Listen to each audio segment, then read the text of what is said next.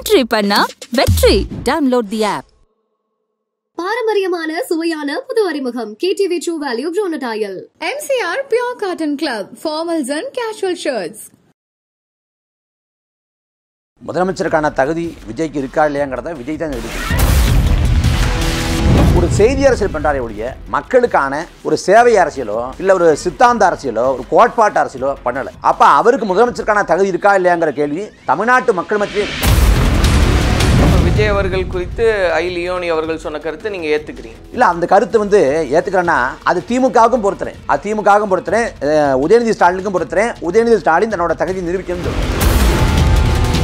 ஒருவேளை அதிமுக பாஜக சேராம இந்த சமயத்தை இருந்திருந்தா அவர் முதலமைச்சர் வேட்பாளர்னு திட்டவட்டமா அறிவிச்சிருக்க மாட்டார். ஒருவேளை பாஜகவை மறுபடியும் அதிமுக கழட்டி விட்டா விஜயை நம்பிட்டான். ஒருவேளை தாவக தனிச்சு போட்டிட்டாங்கன்னா பல இடங்களில் வேட்புமனுவே தள்ளுபடி செய்யப்படலாம். ஏன்னா அந்த அளவுக்கு தான் அவங்களுக்கு அரசியல் அறிவு இருக்கு. அவருக்கு மிகப்பெரிய ஊடக வெளிச்சம் இருக்கு. அந்த ஊடக வெளிச்சம் தான் பயன்படுது. அந்த ஒரு முகத்தை வச்சு, விஜய்ங்கிற முகத்தை வச்சு எவ்வளவு கல்லா கட்ட முடியும், எவ்வளவு பிரதிபலன் பார்க்க முடியும் அப்படின்னு பார்க்குறாங்க. மற்றபடி எதுவுமே இல்லை. இப்போ நாம் தமிழருக்கு பெரிய சவாலாக இருக்க போகிறதே தாவேக்கா தான் அப்படின்ற. உண்மையிலேயே தாவேக்கா யாருக்கு பெரிய சவாலாக இருக்க போகுதுன்னு கேட்டால் விஜய்க்கு தான். ஏன்னா அவருக்கு தான் எப்படி கட்சியை கொண்டு போகிறோன்னு தெரியாமல் தடுமாறி கொண்டிருக்காரு, திணறி கொண்டிருக்காரு. எங்களுக்கு என்ன சவால் இருக்கு? பயம் இருக்கா இளைஞர்கள்லாம் அங்கே போவாங்க? தமிழக வெற்றி கழகத்தின் தலைவர் விஜய் அவர்களை முதல்வர் வேட்பாளராக அறிவிச்சிருக்காங்க. அவங்க கட்சி அது முடிவு செஞ்சுருக்காங்க. இது குறித்து ஐ லியோனி அவர்கள் பேசும்போது ஒரு நர்சரி ஸ்கூலுக்கு கூட முதல்வர் ஆகக்கூடிய தகுதி இல்லை விஜய்க்கு. ஏன்னா பேப்பர் வச்சு பேசுகிறாரு, ஸ்கிரிப்ட் படி தான் அவர் பேசுகிறாரு அப்படின்னு. இதெல்லாம் நீங்கள் எப்படி பார்க்குறீங்க? முதலமைச்சருக்கான தகுதி விஜய்க்கு இருக்கா இல்லையாங்கிறத விஜய் தான் நிரூபிக்கணும். ஏன்னா அவர் மக்களுக்கான ஒரு தலைவராக இதுவரைக்கும் தன்னை மாற்றிக்கொள்ளலை. தான் என்ன பண்ணாலும், அறிக்கை விடுத்தாலோ ட்வீட் போட்டாலோ இல்லை கட்சியோட நிகழ்வில் ஏதாவது பேசினாலோ அது ஊடகங்களில் அதீதமான கவனமும் முக்கியத்துவம் கொடுத்து பார்க்கப்படுது, விவாத பொருளாக மாறுது. இதை ஒன்று சாதகமாக வச்சுக்கிட்டு அவர் அரசியலுங்கிற பேரில் ஒரு செய்தி அரசியல் பண்ணுறாரே ஒழிய மக்களுக்கான ஒரு சேவை அரசியலோ இல்லை ஒரு சித்தாந்த அரசியலோ ஒரு கோட்பாட்டு அரசியலோ பண்ணலை. அப்போ அவருக்கு முதலமைச்சருக்கான தகுதி இருக்கா இல்லையாங்கிற கேள்வி தமிழ்நாட்டு மக்கள் மத்தியிலே இருக்குது. அப்போ நிரூபிக்க வேண்டிய பொறுப்பு அவருக்கு தான் இருக்குது. அதே போல் இந்த பக்கம் ஐயா ஸ்டாலினுக்கு முதலமைச்சருக்கான தகுதி இல்லைங்கிறத நிரூபிச்சிட்டார். இப்போ துணை முதலமைச்சராக ஐயா உதயநிதி இருக்காங்க. அவங்க அடுத்து தான் ஆளலாங்கிற கனவுல இருக்கிறாங்க. அப்போ அவருக்கு என்ன தகுதி இருக்குங்கிறதையும் ஐயா லியோனி அதையும் நிரூபித்தா சரியாக இருக்குன்னு நினைக்கிறேன். இப்போ விஜய் அவர்கள் குறித்து ஐ லியோனி அவர்கள் சொன்ன கருத்து நீங்கள் ஏற்றுக்கிறீங்க? இல்லை, அந்த கருத்து ஏற்றுக்கிறேன்னா அது திமுகவுக்கும் பொறுத்துறேன், அது திமுகவுக்கும் பொறுத்துறேன், உதயநிதி ஸ்டாலினுக்கும் பொறுத்துறேன். உதயநிதி ஸ்டாலின் தன்னோட தகுதி நிரூபிக்கணும்னு சொல்கிறேன். அதே போல் விஜய்க்கு தகுதி இருக்கா இல்லையாங்கிறத அவர் தான் நிரூபிக்கணும். இது வரைக்கும் பார்க்குறப்ப ஒரு தகுதியை வளர்த்துக்கிட்ட மாதிரி தெரியல. ஆனால் நிறைய இப்போ பேசப்பட்ட விஷயங்கள் அப்படின்றது இவங்க கூட்டணிக்கு போவாங்க அப்படின்ற கருத்துக்கள்லாம் பேசப்பட்டுச்சு. ஆனால் உறுதியாக திமுகவோட பாஜகவோட எக்காலத்துன்னு கூட்டணி கிடையாது அப்படின்ற அந்த நிலை. விஜய் திமுகவோட பாஜகவோட கூட்டணி வைப்பாருன்னு யாரும் சொல்லலை. அவர் அதிமுகவோட போவார்னு சொல்லப்பட்டுச்சு. இப்போ அதிமுகவும் பாஜகவும் சேர்ந்து இருப்பதால் அங்கே போகிறதுக்கு வாய்ப்பு இல்லை. ஒருவேளை அதிமுக பாஜக சேராமல் இந்த சமயத்தை இருந்திருந்தா அவர் முதலமைச்சர் வேட்பாளர்னு திட்டவட்டமாக அறிவிச்சிருக்க மாட்டார். அவங்க மறைமுகமாக அதிமுக பேரம் பேசினாங்க, அதிமுக அழைப்பு கொடுத்தாங்க. ஊருக்கே தெரியும், உலகத்துக்கே தெரியும். 80 சீட்டு கொடுங்க, 90 இடங்கள் கொடுங்க, துணை முதலமைச்சர் இடம் கொடுங்க, அமைச்சர்களில் பங்கு கொடுங்க, இதெல்லாம் பேரம் பேசப்பட்டு அதிமுக தான் அணுகி இருந்தது. அதிமுக அணுகி இவங்க பேரமாக வச்சுருக்காங்க. இதெல்லாம் பண்ணி கொடுத்தா இந்த நிபந்தனைகளுக்கு ஒத்து வந்தால் நாங்கள் கூட்டணிக்கு வர்றோம். எப்படி சந்திரபாபு நாயுடு தலைமையேற்றுக்கிட்டு பவன் கல்யாணம் போனாரோ அதே போல் நம்ம போயிடலாம் அப்படிங்கிற மாதிரி திட்டம் விஜய்க்கு இருந்திருக்கு. அதை யாரும் மறுக்க முடியாது. இப்போ ஆதவர்ஜனா 20 நாட்களுக்கு முன்பு பேட்டி கொடுத்தப்ப அதிமுகவோடு நாங்கள் போக முடியாது, ஏன்னா அங்கே பாஜக இருக்குங்கிறார். அப்போ பாஜக இல்லைன்னா அதிமுகவோட போகலாங்கிறது தான் அதோட மறைபொருள். அதிமுகவோட கடந்த காலத்தில் அவங்க கொடுத்த கொடுமையான ஆட்சி, ஊழல் ராஜ்யம், கதிராமங்கலம் நெடுவாசல்னு போராடிய களங்களில் செலுத்தப்பட்ட அடக்குமுறை, ஒடுக்குமுறை, தூத்துக்குடி துப்பாக்கி சூடு, பொள்ளாச்சி பாலியல் கொடுமை, அந்த ஆட்சியில் காவு கொடுக்கப்பட்ட மாநில உரிமைகள், இதையெல்லாம் தாவேக்காவோட கண்களுக்கு தெரியல. பாஜக இருக்கிறதான் பிரச்சனை. பாஜக விலகிட்டா அங்கே போயிடுவேன் அப்படின்னு தான் தாவேக்கா சொல்லுது. ஆனால் இப்போ உறுதியாக சொல்லும்போது தமிழக வெற்றி கழகத்தின் தலைமையில் தான் கூட்டணி அமையும், எங்களோட வரக்கூடிய யார் வர போகிறாங்க? தாவேக்கா தலைமையேற்றுக்கிட்டு யார் வர போகிறா? வர்றதுக்கு எந்த கட்சி இருக்குது? யாரும் இங்கே வரப்போறது இல்லை. முதல்ல என்ன நினச்சாருன்னா, மாநாட்டு மேடையில் வந்து நம்ம அதிகார பகிர்வு தர்றோம் அப்படின்னு அறிவிச்சிட்டோம்னா திமுக கூட்டணி கட்சியில் இருக்கக்கூடிய விசிக, இந்திய கம்யூனிஸ்ட், மார்க்சிஸ்ட் கம்யூனிஸ்ட் கட்சி, மதிமுக போன்றவைகள் வந்து நம்ம பக்கம் வந்துடும் அப்படின்னு எதிர்பார்த்தார். ஆனால் யாரும் வரலை. ஏன் வரலைன்னா அவங்களுக்கு தெரியும் 10 ஆண்டுக்கு முன்னாடி 2016 மக்கள் நல கூட்டணி அப்படின்னு போய் என்ன நடந்துச்சுங்கிறது தெரியும். இப்போ அப்போ மறுபடியும் மக்கள் நல கூட்டணிக்குங்கிற மாதிரி ஒன்றை உருவாக்க அவங்க விரும்பலை. இப்போ திமுக கூட்டணியில் வந்து அவங்க வெற்றி பெற்றுக்கிறாங்க. கடந்த 2019, 21, 24 3 தேர்தலில் வந்து அங்கே திமுகவில் செட்டில் ஆகிட்டாங்க. அது இல்லாமல் திமுக வந்து சீட்டு மட்டும் கொடுக்கல, நோட்டும் கொடுக்குது. ஒவ்வொரு கட்சிக்கு வந்து மாதாந்திர செலவுகளுக்கு அப்புறம் தேர்தலை எதிர்கொள்கிறதுக்கு எல்லாத்துக்கும் கோடிகளை கொட்டி கொடுக்குது. இந்திய கம்யூனிஸ்ட், மார்க்சிஸ்ட் கம்யூனிஸ்ட் கட்சி வந்து உண்டியில் ஏந்தும், அவங்க வந்து நிறுவனங்கள்கிட்ட கையேந்த மாட்டாங்கன்னு நம்ம படித்தோம், கேள்விப்பட்டோம், சொன்னாங்க. ஆனால் அவங்களே 25 கோடி 2019 வாங்கிட்டாங்க. அப்படி இருக்கிறப்ப திமுகவில் வளமாக அங்கே இருக்கிறப்ப அங்கேருந்து வெளியே வருவதற்கான காரணம் இல்லை. அப்போ நாங்கள் வெளியே வருவோம், நாங்கள் ஒத்துக்க மாட்டோம் அப்படின்னு ஏதாவது சொன்னாலும் இப்போதைக்கு யாரும் வெளில வர மாதிரி தெரியலை. அப்போ விஜய் தலைமையேற்று போகிறதுக்கு வாய்ப்பு இல்லை. அப்போ அவர் தனித்து தான் போட்டிட வேண்டிய நிலைக்கு தள்ளப்பட்டார். தனித்து விடப்பட்டதால் தனித்து போயிட வேண்டிய நிலைக்கு தள்ளப்படுறாரு. அவர் அதிமுகவும் பாஜகவும் இந்த கூட்டணி வந்து இப்படியே நீடிக்குமான்னு நம்மளால் சொல்ல முடியல. ஏன்னா இங்கே நயினா நாகேந்திரனுக்கும் எடப்பாடி பழனிசாமிக்கும் முரண்பாடு இல்லை, உரசல் இல்லை. அதே சமயம் அமித்ஷாவுக்கும் எடப்பாடி பழனிசாமிக்கும் உரசல் இருக்குது. அமித்ஷா வந்து கூட்டணி ஆட்சி அப்படிங்கிறாரு, அதிமுக கூட்டணி ஆட்சிங்கிற வார்த்தை ஏற்கலை. அதே போல் முதலமைச்சர் படுற யாருன்னா அதிமுகவை சார்ந்தவங்க இருப்பாங்க அப்படின்னு அமித்ஷா சொல்கிறாரு ஒழிய அது எடப்பாடி பழனிசாமின்னு சொல்லலை. அது ஒருவேளை தங்கமணியாக இருந்தால், வேலுமணியாக இருந்தால், செங்கோட்டையனாக இருந்தால் இந்த சிக்கல் இருக்குல்ல. அப்போ அந்த பூசல்கள் முடிவுக்கு வராத வரைக்கும் இந்த அதிமுக பாஜக கூட்டணிக்கிடையே ஒரு உரசலும் ஒரு புகைச்சலும் இருந்துக்கிட்டே இருக்கும். ஒருவேளை பாஜகவை மறுபடியும் அதிமுக கழட்டி விட்டால் விஜயை நம்பித்தான். அப்போ அது கூட நடக்க வாய்ப்பு இருக்குது. இன்னும் 10 மாத காலம் இருக்குது. அதை நம்ம பொறுத்து தான் பார்க்கணும் எப்படி போகுதுன்னு. இல்லை, சொன்ன மாதிரி நீங்கள் அதிமுக பாஜக இங்கே வந்து இன்னும் அந்த நிலைத்தன்மை இல்லை அப்படின்னு. திமுக கூட்டணியில் நிலைத்தன்மை இருக்குது. திமுக கூட்டணியிலையுமே இப்போ பாமகவில் ஐயா ராமதாஸும் அன்புமணி ராமதாஸும் பிரிஞ்சிருக்காங்க. ஐயா ராமதாஸ் வந்து திமுக பக்கம் போகிறதுக்கு விரும்புகிறதா சொல்கிறாங்க. அதே போல் செல்வ பெருந்தகை போய் நேரில் ஐயா ராமதாஸை பார்த்துட்டு வர்றாரு. வந்த பிறகு பேட்டியில் வந்து 2011 போல் பாமகவும் விசிகாவும் ஒரே அணியில் இருந்தால் என்ன தப்பு அப்படின்னு கேட்குறாரு. அப்போ பாமகவும் விசிகாவும் ஒரே அணிக்குள்ளே இருக்குமாங்கிறது கேள்வி. ஏன்னா நான் திரும்ப சொல்கிறேன் என்னன்னா, பாமக பாஜக இருக்கக்கூடிய அணியில் நான் இருக்க மாட்டேன், வெளியிடுவேன் அப்படிங்கிற இதை சொல்கிறார். அப்போ அப்படி ஒருவேளை அப்படி 2 பேரும் இருந்தாங்கன்னா இடங்களை பகிர்ந்து கொள்வதில் சிக்கல் இருக்கும். ஏன்னா 20 தொகுதிகளுக்கு குறைஞ்சது பாமக வாங்க மாட்டாங்க. அப்போ இந்த சிக்கல்லாம் இருக்குது. அப்போ வெளியேறுவாங்களா அப்படிங்கிற ஒன்று இருக்குது.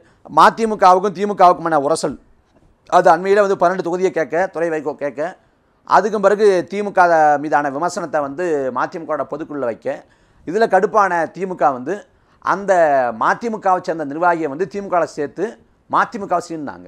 அப்போ மதிமுக முதல் கட்சியாக அந்த அணிலேருந்து வெளியேறும் அப்படின்னு சொல்லப்பட்ட சமயத்தில் இப்போ சமாதானப்படுத்தி வச்சுருக்காங்க. அது எப்படி போகும்னு தெரியலை. அப்போ அங்கேயும் வெளியே போவதற்கான சூழல்கள் இருக்குது. இல்லை, இது இந்த மாதிரி கணக்குகள், ஏன்னா இவங்களும் அதை தான் சொல்கிறாங்க, நாம் தமிழரும் டிசம்பரில் இந்த கணக்குகள்லாம் மாறும் அப்படிங்கும்போது இதெல்லாம் தமிழக வெற்றி கழகத்துக்கு ஒரு வாய்ப்பாக மாறுமோ? தமிழக வெற்றி கழகத்துக்கு ஒரு வாய்ப்பு இல்லைங்க. அவங்க தனித்து போட்டிட்டாங்கன்னா அதை எதிர்கொள்வதற்கான, தனித்து போட்டி போடுவதற்கான திறன் இருக்காங்கிற கேள்வி இருக்குது. ஒரு மூத்த பத்திரிகையாளர் சொன்னார், ஒரு வேளை தாவக தனித்து போட்டிட்டாங்கன்னா பல இடங்களில் வேட்புமனுவே தள்ளுபடி செய்யப்படலாம். ஏன்னா அந்தளவுக்கு தான் அவங்களுக்கு அரசியல் அறிவு இருக்குது. அவங்களுக்கு அந்த மேல்மட்டத்துலேருந்து கீழ்மட்டம் வரைக்கும் ஒரு அரசியல்படுத்தப்படாத கூட்டமாக இருக்காங்க.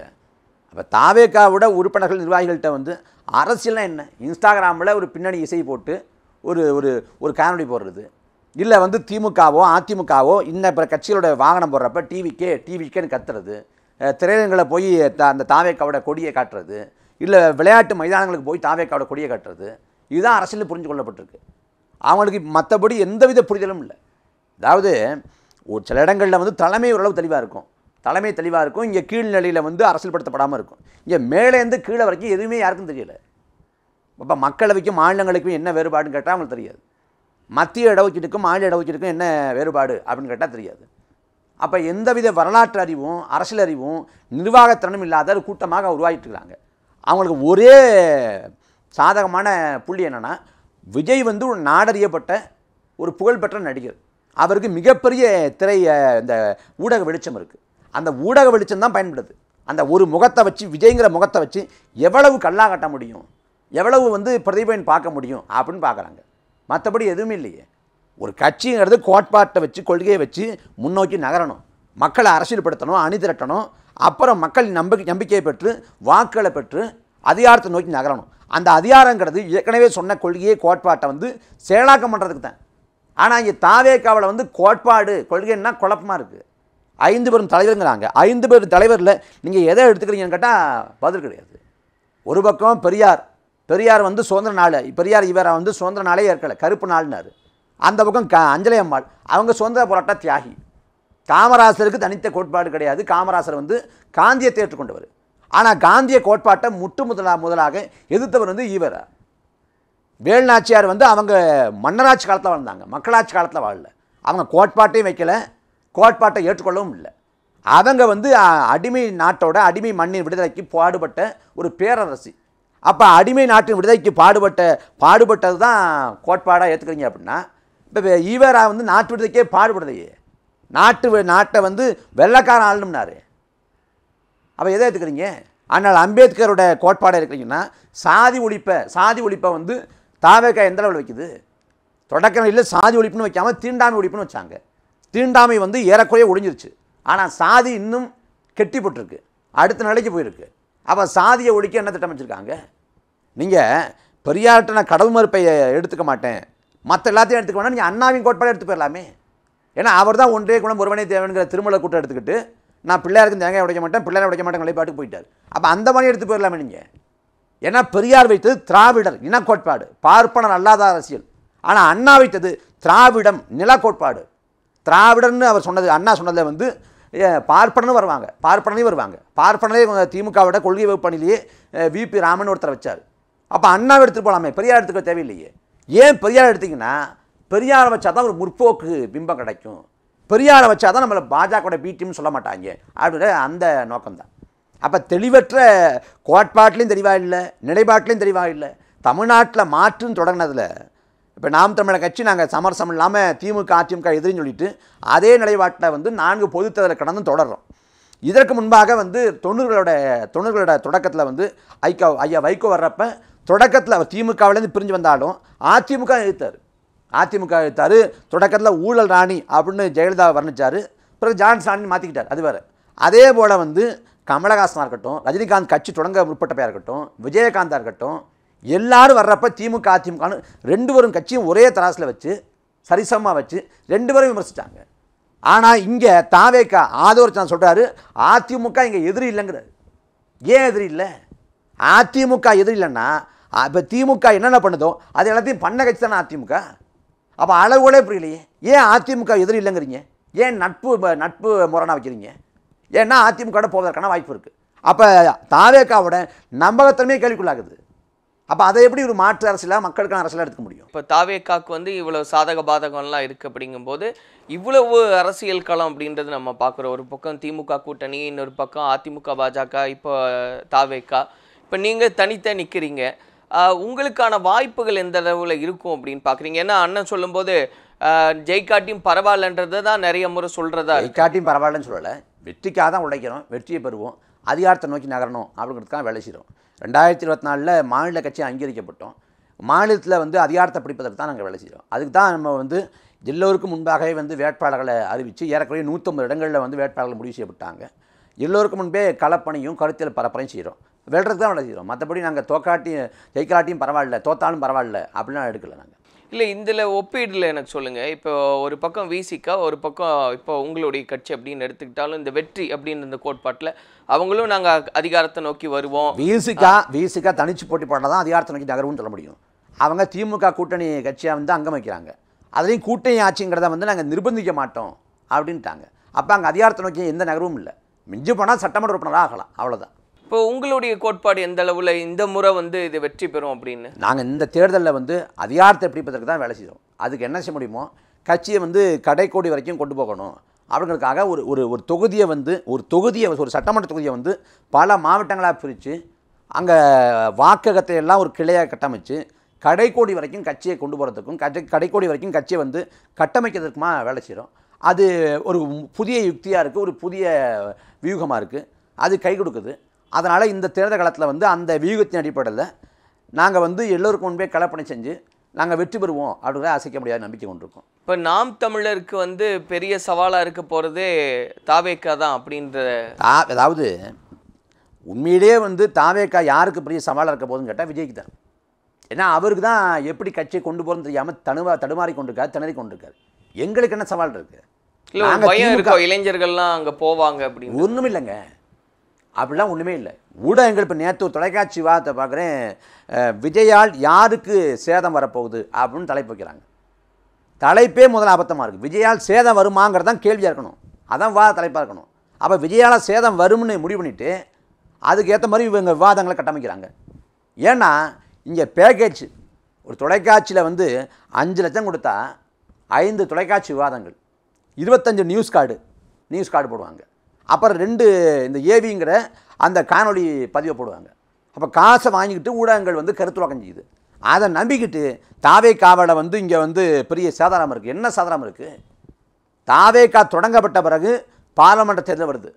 அந்த பாராளுமன்ற தேர்தலில் விஜயின் வாக்காளர்கள் யாருக்கு ஓட்டு போட்டாங்க? சரி, அதை விட்டுருங்க. நாம் தமிழர் கட்சி தாவேக்காவை விமர்சிக்க தொடங்கிய பிறகு தான் ஈரோடு கிழக்கு விக்கிரவாண்டி தேர்தல் களம். விக்கிரவாண்டி தேர்தல் களத்தில் நாம் தமிழர் கட்சி கணிசமான வாக்களை பெறுது. அந்த வாக்கில் தாவேக்காவோட சேதாரம் என்ன, அவங்க ஏற்படுத்தி சேதாரம் என்ன? அங்கே ஈரோடு கிழக்கில் வந்து திமுக போட்டி போடுது, மற்ற கட்சிகள் போட்டி போடல, நாம் தமிழர் கட்சி போட்டி போடுது. கடந்த முறை அதே ஈரோட்டில் வந்து 10,000 வாக்களை பெற்றோம். இப்போ அதை விட கூடுதலாக ஒரு 12,000 வாக்களுக்கு மேலே கூடுதலாக பெற்றோம். அப்போ தாவேக்கா எங்கள் சேதத்தை ஏற்படுத்தியிருக்கோம் அப்படின்னா எங்கள் வாக்களை வந்து குறைஞ்சிருக்கணுமே. அப்படி எதுவுமே நடக்கலையே. அப்போ ஈரோடு கிழக்கினையும் விக்கிரவாண்டி தேர்தலத்தையும் தாவேக்காவோட வாக்கு எங்கே போச்சு?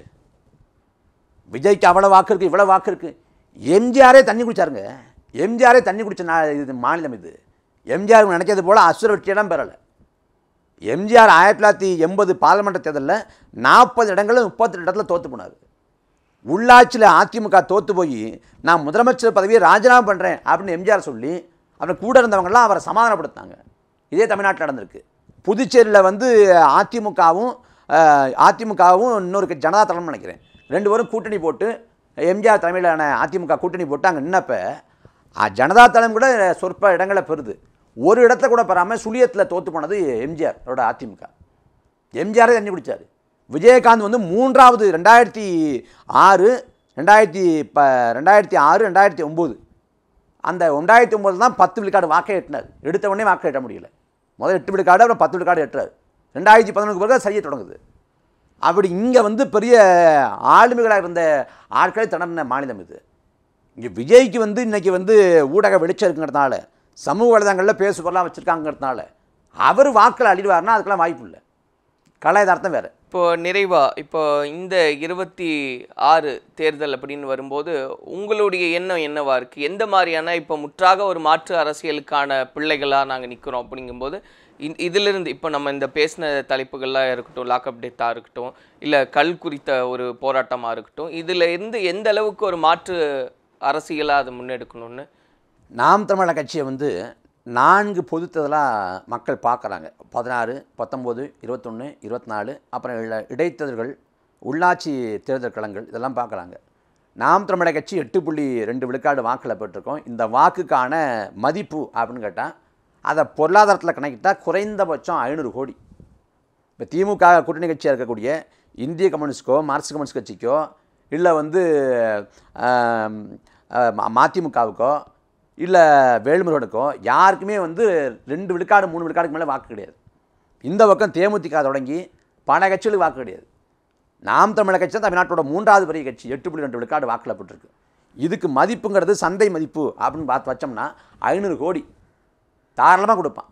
ஆனால் அந்த காசுக்கு விலை போகாமல் நம்ம வந்து குறுக்கு பாதையில் போய் வெற்றி பெற்றணும், திமுகவோட அதிமுக கூட்டணி போய் வெற்றி பெற்றலாம் அப்படின்னு நினைக்காம நம்ம மக்களுக்காக நிற்கிறோம், மக்கள் நம்ப நிற்கிறோம், கடைசி வரைக்கும் நம்ம உறுதியானு போராடுவோம், சமரசம் பண்ணக்கூடாது அப்படிங்கிற அந்த நிலைப்பாட்டில் நாம் தமிழர் கட்சி உறுதியாக இருக்குது. அப்போ மாற்றுங்கிற முழக்கத்தை கடந்த காலம் தொடங்கி கடந்த காலத்தில் வைகோ, விஜயகாந்த், திருமா, ராமதாஸ், அன்புமணி ராமதாஸ், கமலஹாசன், ரஜினிகாந்த் வர முற்பட்டார், கடைசியாக விஜய், இவங்க அத்தனை பேரும் வச்சாலும் இதில் உறுதிப்பாடாக நிற்கிறது நாம் தமிழர் கட்சி தான். ஏன்னா எல்லாரும் ஒரு தேர்தல் 2 தேர்தலுக்கு பிறகு அந்த தேர்தல் தோல்வியோட சூடு தாங்க முடியாமல், சுமை தாங்க முடியாமல் யாரை எதிர்த்தாங்களோ அவங்களுடைய கூட்டணி போவாங்க. இப்போ விஜயே வந்து 2026 கூட தனிச்சு போட்டிடலாம். 29 என்ன பண்ணுவார்? 29 கட்டாயம் கூட்டணி போயிடுவார். ஆனால் நாம் தமிழர் கட்சி 26 36நாலும் நாங்கள் எங்கள் தலைமையேற்று ஒரு கட்சி வரதுனா நாங்கள் யோசிப்ப முடியும். நாங்கள் யார் தலைமையேற்று போகிறதுக்கு வாய்ப்பு இல்லை. அப்போ நாம் தமிழர் கட்சி தான் உண்மையான மாற்று அரசியல் இயக்கம். நாங்கள் வந்து வெறுமனே மாற்று அரசியல் மட்டும் வைக்கலை, மாற்று கோட்பாட்டை வைக்கிறோம். இதுவரைக்கும் ஆண்ட திராவிட கோட்பாட்டுக்கு மாற்றாக தமிழ் தேசிய கோட்பாட்டை வைக்கிறோம்.